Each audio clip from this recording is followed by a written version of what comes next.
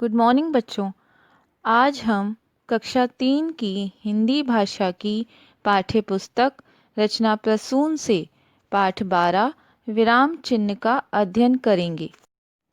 बात करते समय भाव को स्पष्ट करने के लिए बीच बीच में रुकना भी पड़ता है। इसी रुकावट को विराम कहते हैं। लिखते समय भाषा की इस रुकावट को व्यक्त करने के लिए अलग अलग चिन्हों का प्रयोग किया जाता है। इन्हें ही विराम चिन्ह कहते हैं। उदाहरण के तौर पर रेलगाड़ी कभी छोटे स्टेशन पर तो कभी बड़े स्टेशनों पर रुकती है, और यदि यह कहीं भी ना रुके तो उसकी उपयोगिता ही समाप्त हो जाएगी। इसी प्रकार भाषा बोलते अथवा लिखते समय भी विचारों व भावों को स्पष्ट करने के लिए विराम की आवश्यकता होती है।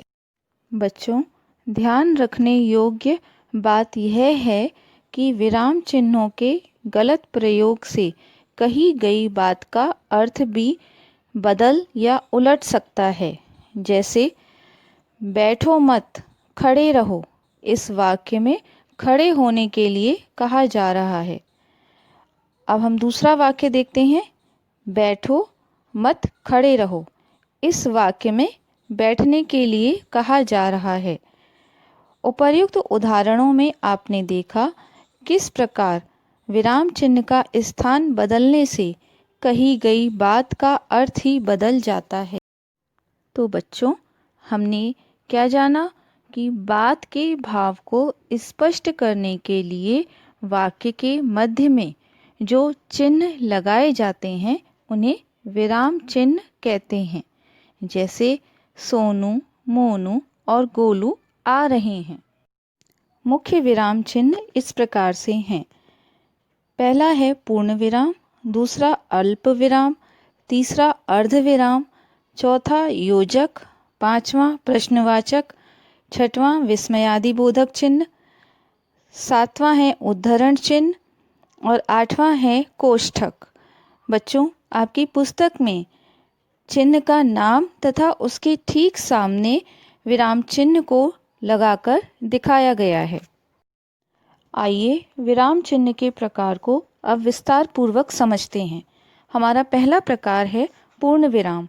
वाक्य के पूरा होने के पश्चात जो चिन्ह लगता है उसे पूर्ण विराम चिन्ह कहते हैं। इसका प्रयोग वाक्य के अंत में किया जाता है। जैसे बच्चा रो रहा है, कुत्ता भौंक रहा है। हमारा दूसरा प्रकार है अल्प विराम। अल्प शब्द का अर्थ है थोड़ा।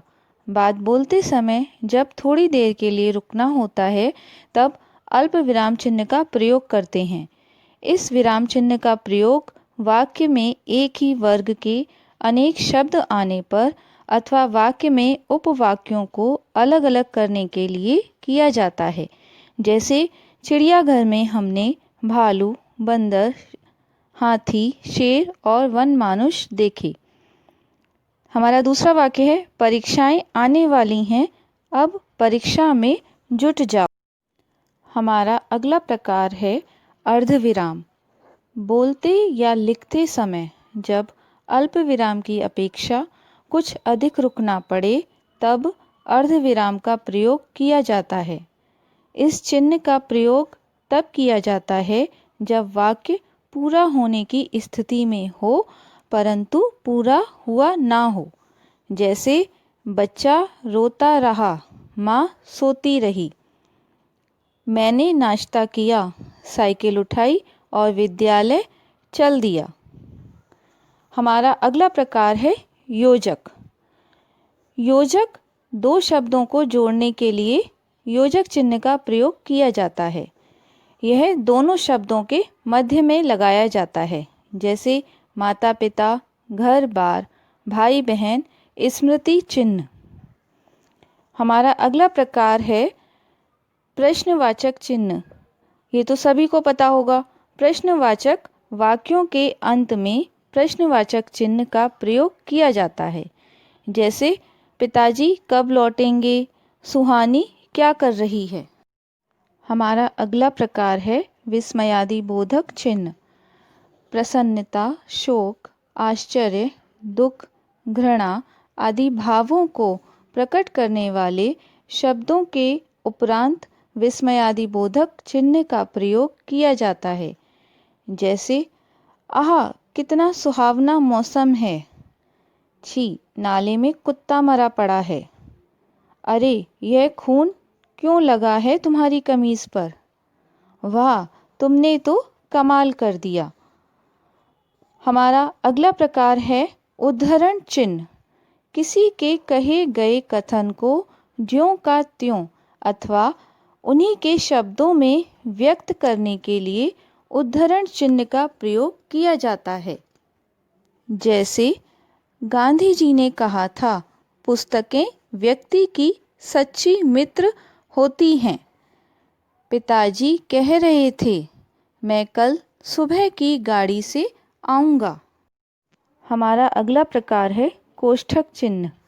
किसी बात को अथवा कठिन शब्द के अर्थ को स्पष्ट करने के लिए कोष्ठक चिन्ह का प्रयोग किया जाता है। जैसे ब्रह्मदेव गुस्से में, मेरे सामने से चले जाओ। दशानन अर्थात रावण अत्यंत विद्वान था। बच्चों, अब कुछ बिंदुओं द्वारा इस पाठ को एक बार फिर से समझते हैं। बोलने अथवा लिखने में कभी कभी बात के भाव को स्पष्ट करने के लिए रुकना पड़ता है। इसी रुकावट को विराम कहते हैं। लिखते समय भाषा की इस रुकावट को व्यक्त करने के लिए अलग अलग चिन्हों का प्रयोग किया जाता है। इन्हीं चिन्हों को विराम चिन्ह कहते हैं। बच्चों, आपका यह पाठ विराम चिन्ह समाप्त होता है। आप सभी को यह पाठ एक बार फिर से अपने घर पर पढ़ना है।